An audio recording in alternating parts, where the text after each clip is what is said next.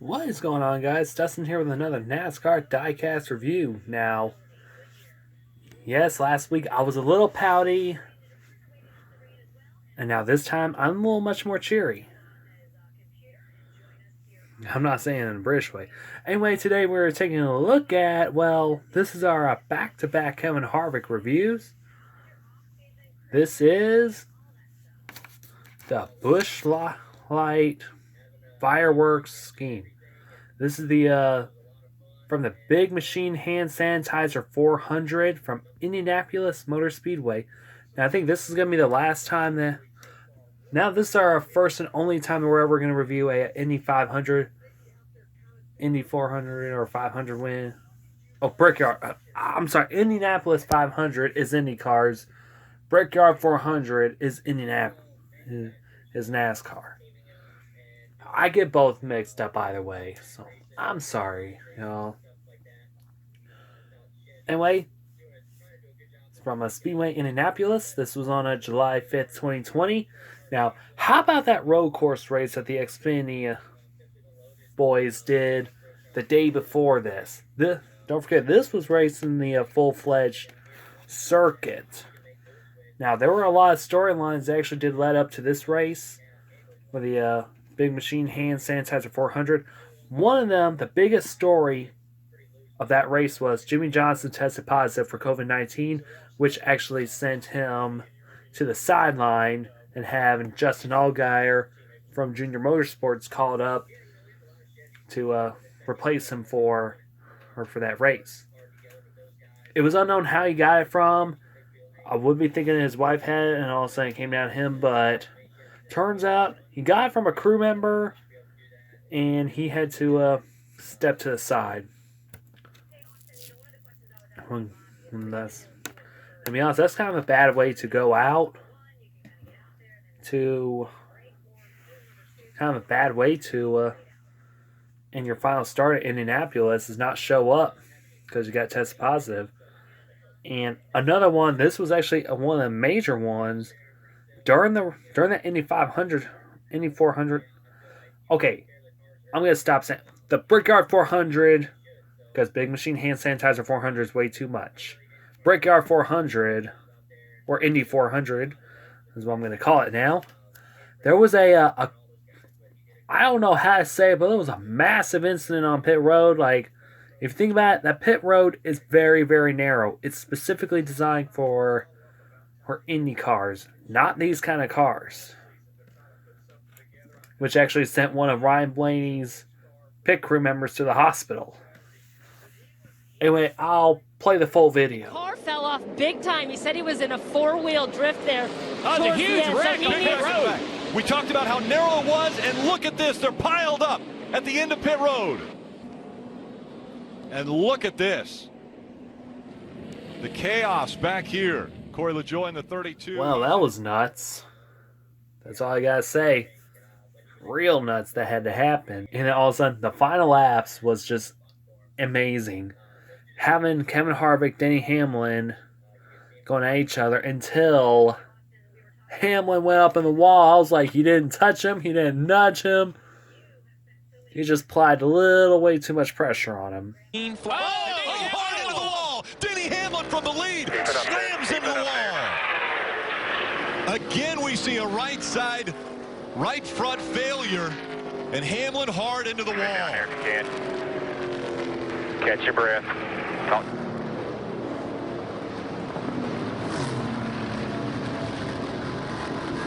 I really thought Kenseth got him, but Harvick crossed the line first, so that's the way it is. And this is also his second straight Indianapolis win. All right, here's the card. For the second year in a row, Stewart Haas racing driver Kevin Harvick took the checkered flag in the NASCAR Cup Series annual trip to historic Indianapolis Motor Speedway, driving the number 4 Busch Light Fireworks Ford Mustang. Harvick took the lead when the race leader cut down a tire and hit the wall in the race 5 laps. And yes, this is Denny Hamlin we're talking about. Having won stage 2 earlier in that race in position for the win down the stretch, Harvick showed his speed and overtime restart, held on to his 4th. NASCAR Cup Series win of the 2020 season. Hang on a minute. If that was his third, this is his fourth. Did he win somewhere between from Darlington to... I think he won one of the Pocono races. I think that's what I'm thinking. But I don't have that one. Harvick just became the third driver to win back-to-back races at Indianapolis. It was his 53rd career start. 53rd career win, NASCAR Cup Series victory at third overall at the 2.5-mile track. Harvick's been putting in numbers like crazy when it comes to race wins. I think he'll basically take Earnhardt's 76 without a doubt. But only time can tell. So here's the car itself. Now, if this car does not scream America, I don't know what else is. Just looking at it, just like, wow. This car just screams America. Anyway, so here's the front. Oh, I think this is going to be the first and only time we're doing a Indy 400 review. Because this year they are doing the road course. And I think the road course is going to be a lot fun than the full circuit. And do you know there's actually a golf course inside Indianapolis Motor Speedway? Like, can you imagine Tiger Woods demanding silence from NASCAR just because he can't concentrate? So here's the front. Not a lot of track kick up, but I bet you there's some up on the hood. Yeah, I think there is a little bit. Busch Light brewed in the USA. I almost did the Bruce Springsteen Born in the USA. Anheuser-Busch from St. Louis, Missouri. Now, I've been by St. Louis, Missouri, and I've been by a brewery. I've actually been by the Busch Stadium, home of the St. Louis Cardinals. Got the NASCAR Cup Series banner. You also got that number 4. And also got the Busch Light stickers. Right here, there's the camera. The on-car camera. Also, let's take a look at the contingency sponsors. We got Goodyear, we got 3M, Lincoln Welder, Sunoco, Goodyear, NASCAR Cup Series, and we got red and blue fireworks all over on the sides. And actually, we got some gold fireworks up on the hood and the roof. We also got the stripes and no star, and there was actually stars on here too. We also got the bald eagle, America's national bird. We also got 3 race winner stickers up on the name rail as well. We also got Ford. We got Mobile One. We got Haas Automations. We got Hunt Brothers Pizza. Got Exalta down there. And there are a little bit of scuffing along here. There's basically a little burnout mark right here on the rear quarter panel. We also got a little bit of contact marks right here where the Hunt Brothers Pizza would be. We also got something of the white on the sidewall of the tire. I wonder how that happened. On the back, we got Home of the Brave, which is basically the last 4 words in the national anthem. We also got Mobile One, the manufacturer's logo.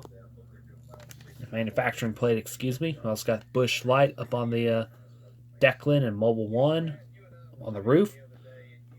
And the other side is actually fairly clean. No dents, no scratches, no anything. Just that one side just had a little bit of a scuffing and basically some contact. We also got the Diecast identification number up here.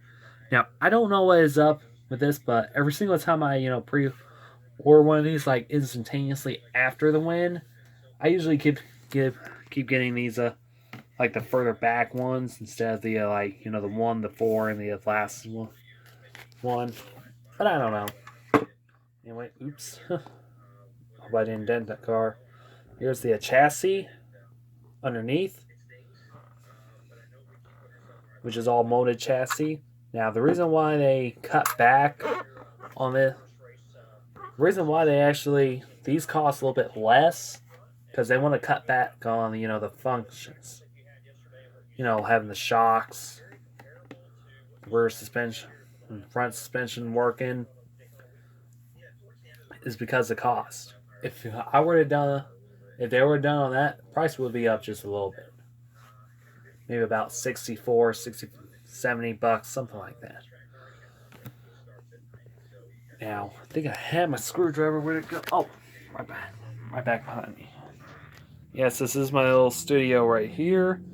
There was a hamster cage that was sitting right here, but it's actually sitting behind me right now. Made a little compromise with the hamster, saying, hey, I'll put you back when I'm done. So, here's the...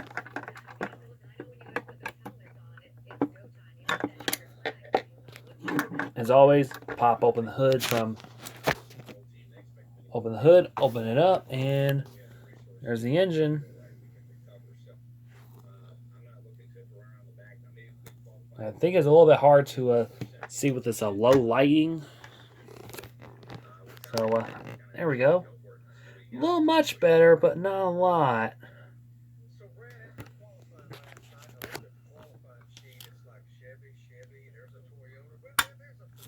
And there we go. So, this car, absolutely love it. Screams America, yells America, born in the USA, Bruce Springsteen, all that good jazz. Well, all that good stuff. I wouldn't say jazz. Because I forgot Bruce Springsteen's not a jazz musician himself. He's a rocker.